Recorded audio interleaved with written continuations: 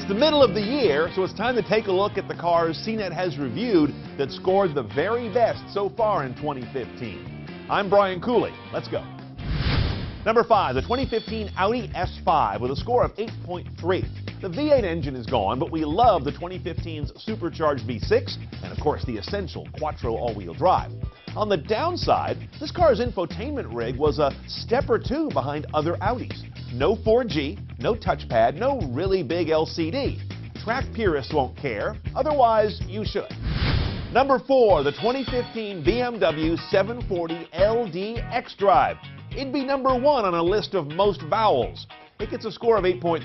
BMW has proved best that modern turbo diesels can be tuned for sporty performance, and even this big car proves it.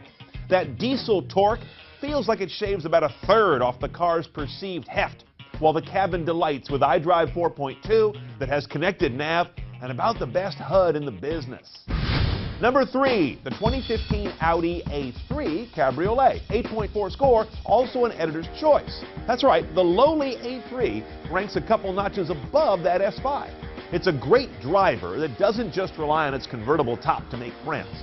And the A3 was the first U.S. Audi to bring us integrated 4G, which utterly transforms Google Earth and Street View and live search. Oddly enough, no voice command. You would have figured a company this smart would have found some other place to mount the ceiling microphone when the ceiling went away. Number 2, the 2014 BMW i3 gets a lofty 8.9. This one's going to be a little controversial, especially since there isn't an 8 after the letter I. It has carbon fiber underpinnings, though, and a Dwell magazine-like interior, combining with iDrive and those interesting coach doors that make the i3 feel a lot bigger than it is. It's a lot more money than a Nissan Leaf for about the same range, but we got the range extender option, which Nissan doesn't even do, along with several other aspects of this car. Before I get you to number 1, let's take a look at dead last, our lowest rated car reviewed so far this year. It's the 2015 Chevy Trax Mini Crossover, a 6.3. Not so much that it failed at its mission, it's that its mission is rather Spartan. Its LCD head unit doesn't even offer factory navigation. There are almost no driver safety assists. MPG wasn't even quite that good. And that ugly black body cladding all around screams, "This is all I could afford."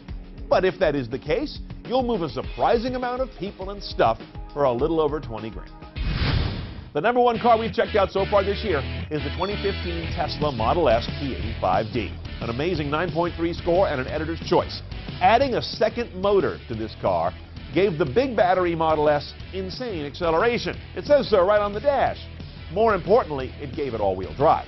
This is also the Tesla that ushers in their big moves toward autonomy, mostly via over-the-air software updates. It's a near-perfect car if you buy into EV religion at all.